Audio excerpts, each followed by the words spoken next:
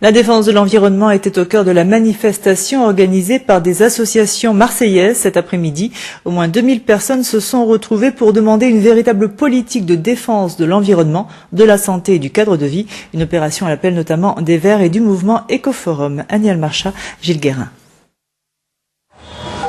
Dans cette manifestation, le seul véhicule à moteur roule à l'huile de friture. Pour le reste, piétons et cyclistes se partagent la canebière en direction de l'hôtel de ville. Objectif, faire entendre aux élus la voix de ceux qui militent pour une planète plus saine. Dans l'hypercentre, il n'y a rien à regarder la canebière. Pas un brin de piste cyclable. Pourquoi? C'est M. Gaudin qui décide. Cette manifestation veut également rappeler les enjeux et les choix nécessaires à faire. Alors bien sûr, il est question de l'incinérateur, car si la ville de Marseille a signé le pacte écologique de Nicolas Hulot, elle est bien décidée à construire l'incinérateur. Vous savez, un enfumoir comme ça, c'est fait pour endormir les abeilles.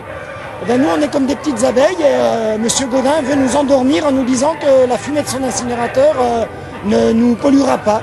Mais on ne croit pas ça. Il faut en premier arrêter l'incinérateur. Mettre en place aussi le tri sélectif qui est prôné, mais enfin il faut être vraiment militant pour faire le tri sélectif, puisqu'il faut se déplacer pour aller porter nos ordures dans des conteneurs appropriés. Donc déjà ça c'est notre grande bataille. L'annonce d'un prochain Grenelle de l'environnement ne rassure pas complètement ces militants de longue date. Les débats sont ouverts mais quand même fermés sur certains cas. Si on ne parle pas des autoroutes, si on ne parle pas de l'agriculture, au-delà des OGM, il n'y a pas que les OGM dans l'agriculture. Si on ne parle pas de l'incinération, on peut se demander de quoi on va continuer à parler. On est bien sûr content qu'il y ait cette volonté d'agir. Maintenant, on verra dans les faits. Organisée depuis 8 ans, chaque premier samedi de juin, cette marche pour l'environnement a chaque année un peu plus de succès. Mais en 8 ans, les progrès sont bien minces.